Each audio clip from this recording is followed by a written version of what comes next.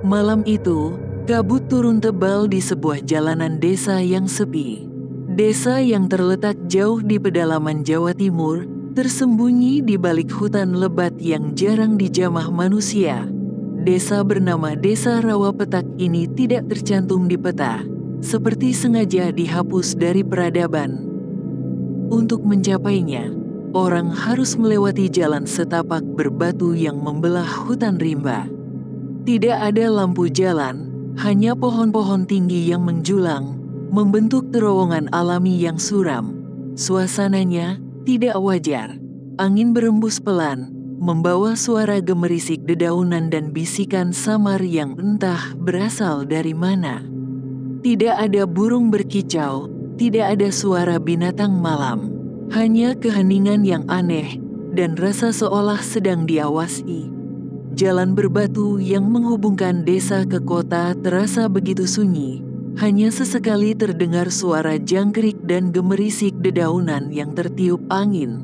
Di tepi jalan, di antara pepohonan rindang yang tampak seperti bayangan hitam raksasa, berdiri sebuah warung makan kecil. Warung itu tampak sederhana, terbuat dari bambu tua dan kayu yang mulai lapuk, dengan papan bertuliskan "Warung Mbok Mirah" yang sudah usang. Namun, ada satu hal yang aneh. Meskipun malam sudah larut, asap putih mengepul dari dapurnya, dan aroma makanan yang luar biasa menggoda menyebar ke udara. Bau itu begitu tajam, perpaduan antara rempah-rempah yang harum, kaldu yang mendidih, dan sesuatu yang sulit dijelaskan. Tak jauh dari situ, Dika, Rina, dan Bayu berhenti di depan warung itu. 3 anak muda yang sedang melakukan perjalanan dari kota menuju daerah pegunungan untuk liburan. Namun, GPS mereka tiba-tiba mati, dan jalanan yang mereka tempuh justru membawa mereka ke tempat asing ini, Desa Rawapetak. Mereka mulai lapar dan lelah, hingga akhirnya menemukan warung tua di tepi jalan berbatu desa itu. Warung kecil dengan atap rumbia yang sudah berlumut, dinding kayu yang mulai rapuh, dan papan nama yang tulisan catnya hampir hilang. Namun anehnya, dari dalam warung, mengepul asap putih yang membawa aroma makanan yang menggoda, seolah memanggil mereka untuk masuk. "Lapar nih. Kita makan di sini aja, yuk," ujar Dika, menepuk perutnya. Rina ragu-ragu. Warung ini terlihat tua dan menyeramkan. Apa nggak ada tempat lain? Kok serem gitu, gumamnya, memandangi warung yang hanya diterangi oleh lampu minyak tua yang berkedip-kedip. Bayu tertawa, "Udahlah, Rin. Yang penting makan, gak usah pilih-pilih. Lagian aromanya enak banget." Setelah ragu sejenak, Rina akhirnya setuju. Mereka bertiga masuk ke dalam warung. Namun, sesuatu terasa janggal. Tidak ada suara, tidak ada pelanggan lain, hanya mereka bertiga. Begitu mereka duduk, suasana warung terasa semakin aneh. Udara di dalam terasa pengap dan lembab, dindingnya penuh dengan noda hitam, dan sesekali terdengar suara tikus berlarian di atas langit-langit. Bau kayu tua yang membusuk bercampur dengan aroma makanan yang menggoda, menciptakan perpaduan aneh yang membuat perut mereka lapar, tapi sekaligus merasa tidak nyaman. Warung itu hanya memiliki 4 meja kayu tua, dengan bangku panjang di setiap sisinya. Dan di masing-masing meja terdapat lilin yang menyala redup. Satu-satunya penerangan di ruangan ini, di sudut ruangan, ada sebuah jendela kecil yang kacanya buram, mungkin tertutup debu atau sesuatu yang lebih menjijikkan. Bayu, yang duduk di dekat jendela, merasa seperti ada sesuatu di luar sana mengawasi mereka dari kegelapan. Namun, ia tidak mengatakan apa-apa. Sementara itu, Dika melihat sekeliling. Tidak ada poster menu seperti warung makan pada umumnya. Tidak ada tanda harga, Hanya ada papan tua di sudut ruangan yang bertuliskan, "Makan dulu, baru bicara." Rina menelan ludah. Perasaan tidak enaknya semakin kuat. "Aku nggak yakin tempat ini aman," bisiknya pelan. "Sudahlah, kita cuma makan sebentar, terus pergi," kata Dika, berusaha menenangkan. Namun yang paling aneh, tidak ada pelanggan lain. Hanya ada mereka bertiga, dan seorang wanita tua yang tak lama muncul dari balik tirai dapur. Ia mengenakan kain batik lusuh, rambutnya beruban dan berantakan, serta matanya terlihat kosong. Hampir seperti tidak memiliki kehidupan di dalamnya. "Mau makan apa, Nak?" Suara wanita itu berat dan terdengar serak, seperti sudah lama tidak berbicara. Dika menelan ludah, lalu melihat papan menu kecil yang tergantung di dinding, yang bertuliskan, "Menu warung Bok Mirah, rawon hitam, sate merah, gulai spesial, sop daging pekat." Dika mengernyit, "Sate merah? Sepertinya belum pernah dengar." Bayu langsung berkata, "Saya pesan sate merah." Dika menyusul, "Saya gulai spesial." Sementara Rina, yang masih merasa ragu, berkata, "Saya pesan rawon aja, Bu." Wanita tua itu mengangguk, lalu berjalan kembali ke dapur tanpa suara. Namun, sebelum masuk ke dapur, ia sempat menoleh ke arah mereka dan tersenyum. Bukan senyum biasa. Senyum itu terlalu lebar, terlalu lama, terlalu salah. Bok Mirah mengangguk tanpa ekspresi, tidak bertanya ulang, tidak mencatat. Lalu, dia kembali ke dapur. Beberapa menit kemudian, suara daging yang sedang dibakar dan kuah yang mendidih terdengar dari dapur. Aroma makanan semakin kuat, membuat Bayu dan Dika tidak sabar menunggu. Namun Rina mulai merasa ada yang tidak beres. "Kok warung ini aneh ya? Kita satu-satunya pelanggan di sini. Terus lihat, tempatnya seperti tidak terawat, tapi dapurnya masih aktif," bisik Rina. Dika mengangkat bahu. "Ya mungkin karena warung tua, tapi langganannya banyak di siang hari," ucapnya. Tapi Rina tetap merasa gelisah. Ada sesuatu yang tidak bisa ia jelaskan. Perasaannya tidak enak. Saat itu juga, terdengar suara dari dapur. Seperti benda berat yang jatuh. Lalu, suara cipratan air atau darah. Mereka bertiga saling berpandangan. Namun sebelum mereka bisa berbicara, Bok Mirah kembali dengan mangkuk dan piring di tangannya. Ia meletakkan sate merah di depan Bayu, gulai di depan Dika, dan rawon hitam di depan Rina. "Silakan dimakan, Nak," katanya dengan suara yang lebih dalam daripada sebelumnya. Bayu langsung mencium aroma sate itu. "Gila, wanginya enak banget," seru Bayu. Dan tanpa pikir panjang, ia mengambil satu tusuk sate dan menggigitnya dengan lahap. Dika pun menyantap gulinya. Namun Rina, tiba-tiba sesuatu dalam mangkuknya membuatnya bergidik ngeri. Di antara kuah hitam rawon yang kental, ada sesuatu yang terlihat aneh. Bukan daging biasa. Daging itu berbentuk jari kecil, dengan kuku di ujungnya. Rina langsung membeku. Mulutnya terbuka, napasnya tercekat, matanya membelalak, menatap isi mangkuknya dengan horor. Sementara itu, Bayu tiba-tiba tersedak. Ia membuka mulutnya, dan dari dalamnya keluar sebuah gigi manusia. Bayu terbatuk-batuk, tangannya mencakar lehernya sendiri. Ia merasa ada sesuatu yang menyangkut di tenggorokannya. Darah mulai merembes dari bibirnya. Rina masih mematung, tangannya gemetar. Jari-jarinya nyaris menjatuhkan sendok yang masih mencelup di dalam rawon hitamnya. Jari kecil di dalam mangkuknya terlihat begitu nyata.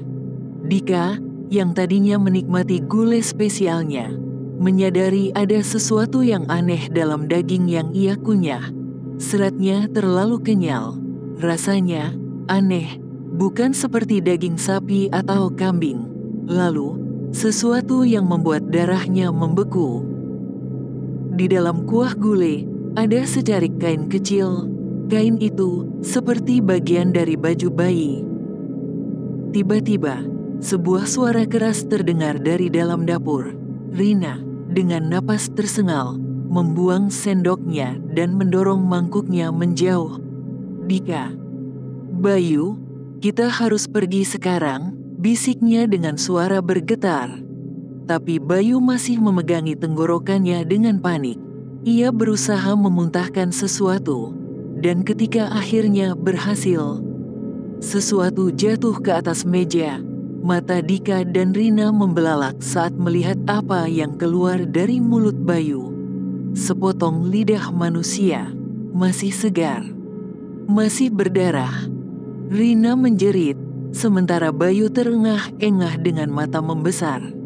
Namun sebelum mereka bisa melakukan sesuatu, Mbok Mirah berdiri di sudut ruangan. Ia menatap mereka. Tidak berkata apa-apa, tidak berkedip. Senyum kecil menyeringai di bibirnya yang mulai terlihat bukan seperti manusia.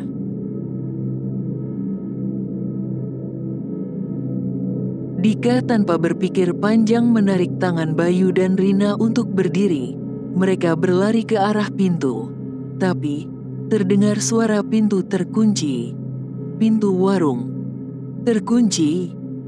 Dika mencoba menarik pegangan pintu. Namun sia-sia. "Aku nggak mau mati di sini," teriak Rina sambil menangis. Bayu yang masih kesakitan berusaha mencari jalan keluar lain. Lalu, dapur. Ucap Bayu, hanya ada satu cara keluar dari tempat ini, yaitu lewat dapur, ucapnya.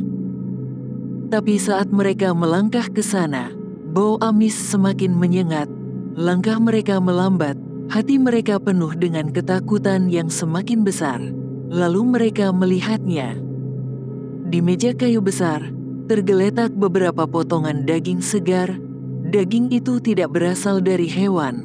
Di antara daging itu, ada sepotong tangan kecil yang masih memiliki kuku mungil. Dan di sudut ruangan, tersusun beberapa kepala bayi yang sudah diawetkan.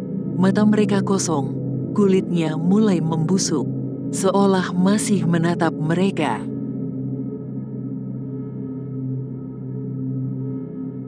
Dari belakang, terdengar suara tawa kecil yang menyeramkan. "Kalian sudah makan, kan?" ucap suara itu. Mereka berbalik. Mbok Mirah berdiri di ambang pintu dapur. Wajahnya mulai berubah. Kulitnya tampak retak, matanya menghitam, bibirnya tercabik, dan dari celah bibir itu keluar sesuatu yang menggeliat seperti lidah panjang. "Sekarang giliran kalian untuk jadi hidangan selanjutnya. Jangan khawatir, pelanggan-pelanggan lainnya juga sudah melalui ini. Dan mereka masih di sini, di dalam setiap hidangan yang kalian makan."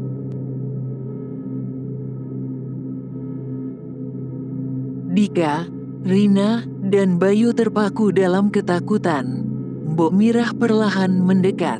Setiap langkahnya menghasilkan suara gemeretak, seperti tulang-tulang yang bergeser. Dan di belakangnya, tirai dapur mulai bergerak sendiri.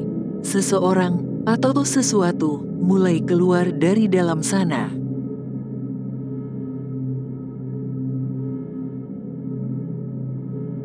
Malam itu, angin di desa Waringin Tengah terasa aneh.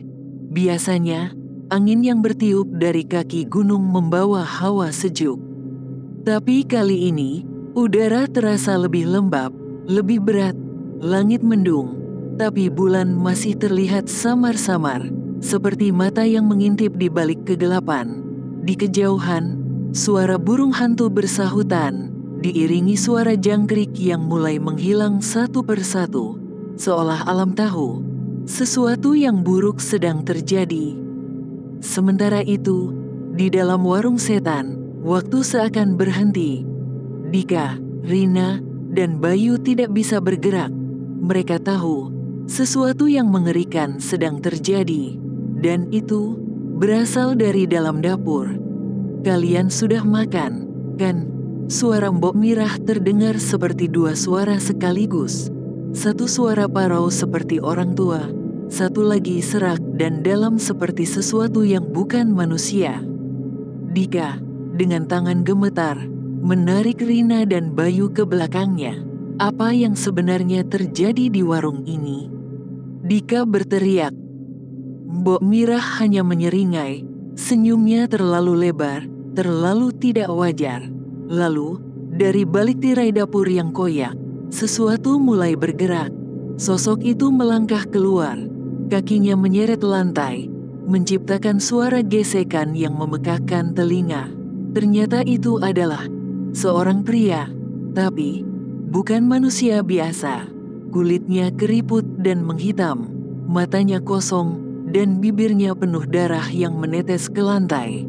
Di tangannya, ia memegang sesuatu, sebuah kepala manusia yang sudah membusuk.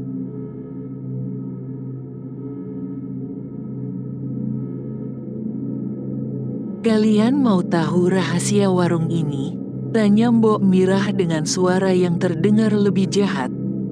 Dika, Rina, dan Bayu mundur perlahan, tapi mata mereka masih terpaku pada sosok pria menyeramkan itu. Mbok Mirah melanjutkan, "Orang-orang desa ini dulu menganggapku tukang santet. Mereka mencoba membakar warung ini dan membunuhku."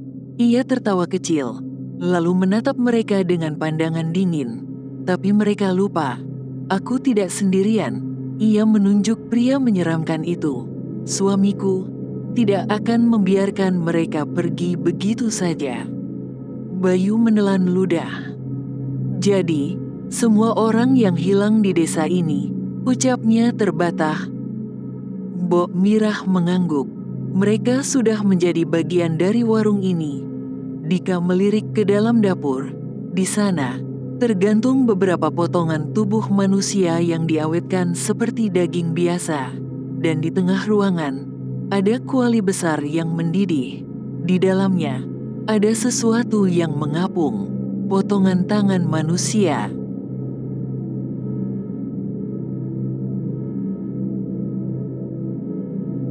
"Kita harus kabur dari sini," ujar Dika. Dika lalu menarik Bayu dan Rina, mencoba memecahkan jendela. Tapi, suara dentuman keras dari jendela mengagetkan mereka. Pintu dan jendela warung tiba-tiba tertutup sendiri.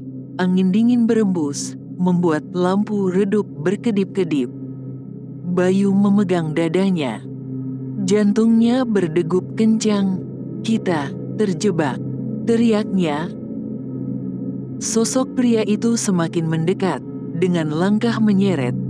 Rina, yang sudah menangis ketakutan, melihat sesuatu di pojok warung. Foto pelanggan yang pernah datang ke warung ini, dan di sudut paling kanan, ada foto mereka bertiga.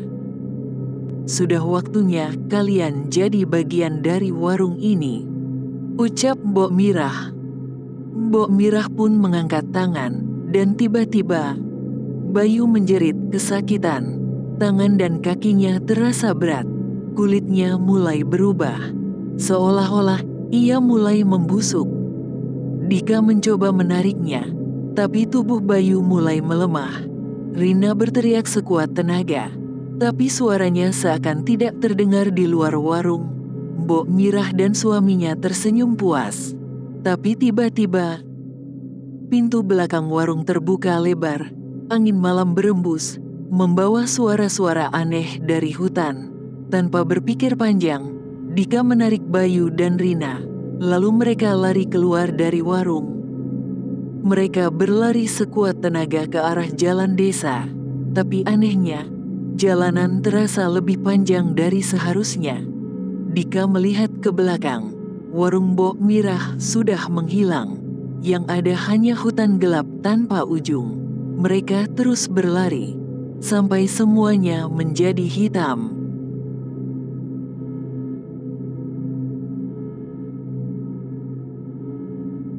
Sejarah gelap Warung Mbok Mirah. Warung Mbok Mirah telah berdiri sejak puluhan tahun lalu, jauh sebelum desa Waringin Tengah berkembang seperti sekarang.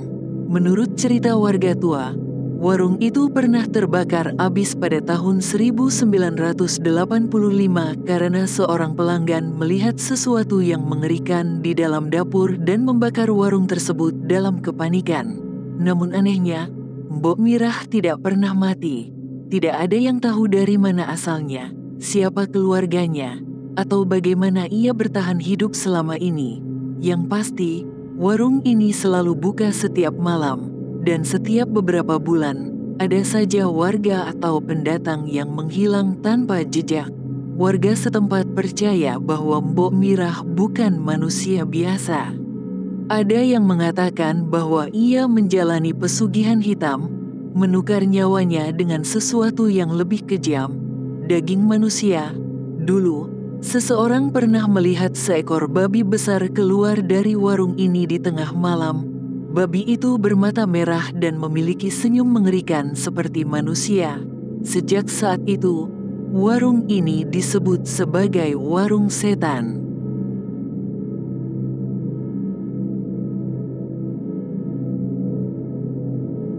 Pagi harinya, warga desa menemukan sesuatu yang mengerikan. Di sungai yang mengalir dekat desa, ditemukan 3 jasad terdampar di tepi air. Tubuh Dika, Bayu, dan Rina, mereka masih mengenakan pakaian yang sama, tapi wajah mereka tidak bisa dikenali, seperti telah membusuk selama berhari-hari. Di samping jasad mereka, ada sebuah papan kayu tua. Tulisan di atasnya masih jelas terbaca, "Warung Makan Mbok Mirah," warung yang seharusnya sudah terbakar puluhan tahun lalu.